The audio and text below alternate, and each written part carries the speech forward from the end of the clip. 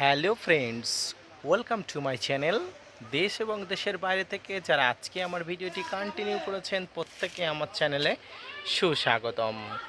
তো ফ্রেন্ডস, ছাদ বাগানে আমাদের একটা সমস্যার কারণ হয়ে দাঁড়ায় ফুল এবং ফল ঝরে পড়া।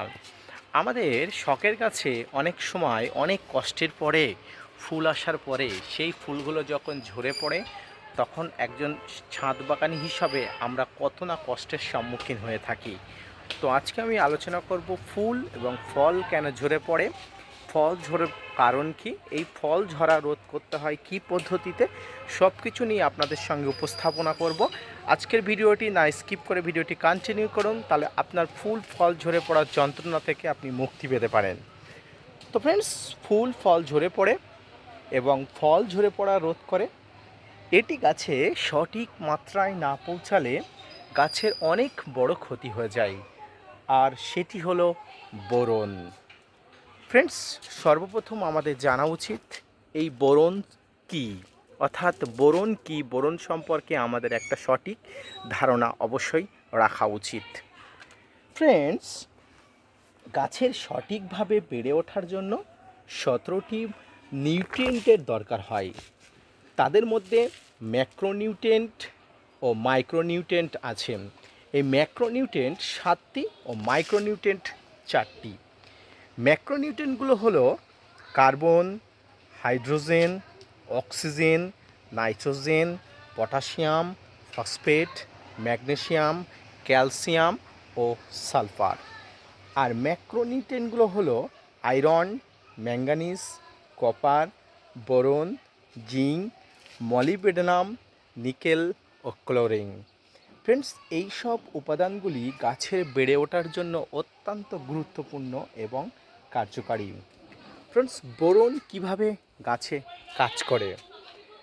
বোরন গাছের সেল ও স্ট্রাকচারকে তৈরি করে, অর্থাৎ গাছের যে ছাল বা গাছের যে স্ট্রাকচার হয় সেই স্ট্রাকচারকে তৈরি করে, যা কাণ্ডের অগ্রমুকুল ও ডালপালার শিকড়ের দ্রুত বৃদ্ধি ঘটায়। বোরন গাছের পুষ্টি বৃদ্ধিকে সমৃদ্ধ করে।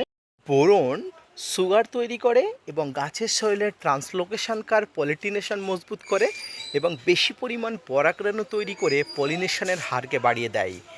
এটি প্রয়োগে ফল ও গুটি ঝরা বন্ধ হয়, ফলের আকার ও আকৃতি সঠিক হয়। কী কারণে বোরন ডেফিসিয়েন্সি গাছে দেখা যায়? ফ্রেন্ডস, মাটিতে বালির ভাগ বেশি হলে বোরন সহজেই ধুয়ে যেতে পারে, সেই জন্য গাছে ডেফিসিয়েন্সি দেখা যায়।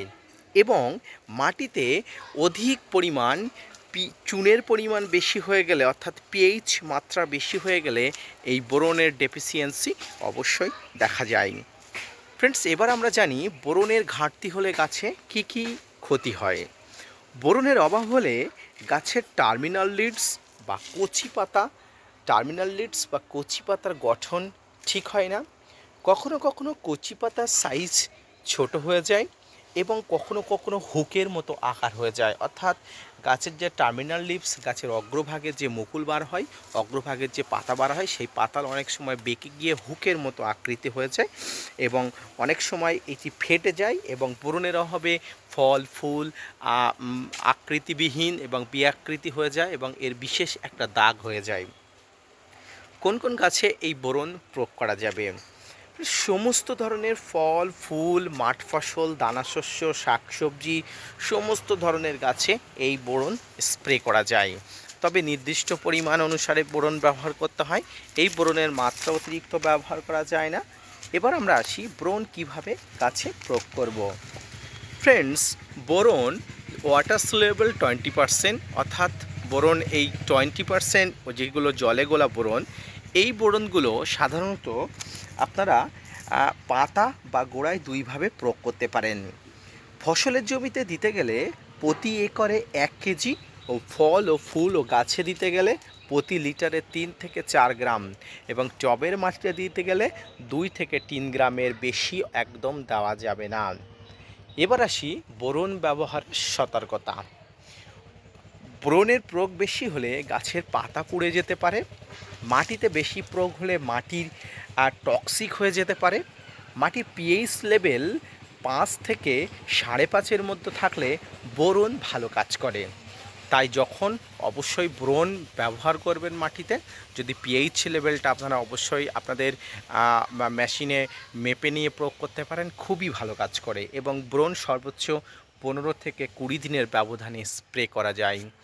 ফ্রেন্ডস, আজকে সমস্ত ছাদ বাগানের গাছেদের উপরে ব্রোন প্রয়োগের এই বিধি নিষেধ এবং ব্রোন প্রয়োগের এই নির্দিষ্ট মাত্রা অতিরিক্ত ব্যবহারের ফলে কি হয় এবং সব কিছু নিয়ে আজকের এই পুঙ্খানুপুঙ্খ ভিডিওটি যদি আপনার ভালো লেগে থাকে, অবশ্যই একটা লাইক, কমেন্ট, শেয়ার এবং সাবস্ক্রাইব করে আমার চ্যানেলের পাশে থাকবেন। আপনাদের জন্য প্রতিনিয়ত ইনফরমেটিভ ভিডিও আনি, আপনাদের কাছে সমস্ত তথ্য উপস্থাপনা করি। সমস্ত তথ্য উপস্থাপনা করার সাথে সাথে নিত্য নতুন টিপস আপনাদের দিয়ে থাকি। অবশ্যই আপনারা এখান থেকে উপকৃত হচ্ছেন আশা করি। যদি আপনারা আমার চ্যানেল থেকে উপকৃত হয়, অবশ্যই কমেন্টস বক্সে জানাবেন এবং আপনাদের যদি কোনো প্রশ্ন থাকে, অবশ্যই কমেন্টস বক্স খোলা আছে আপনাদের জন্য। আপনাদের জন্য প্রতিনিয়ত ভিডিও তৈরি করি, তাই আপনারা মোটিভেট করলে আরও ভিডিও বানাতে আগ্রহী হই। তো ফিরে আসি নতুন কোনো ভিডিও নিয়ে, ততক্ষণ সঙ্গে থাকবেন। আর অবশ্যই বোরন ব্যবহারের সময় নিষেধাজ্ঞাগুলো, অবশ্যই প্রয়োজনীয় জিনিসগুলো মেনে চলবেন, তাহলে আপনার ছাদ বাগানের গুটি, ফুল, ঝরা, বন্ধ যন্ত্রণা থেকে মুক্তি পাবেন। ধন্যবাদ।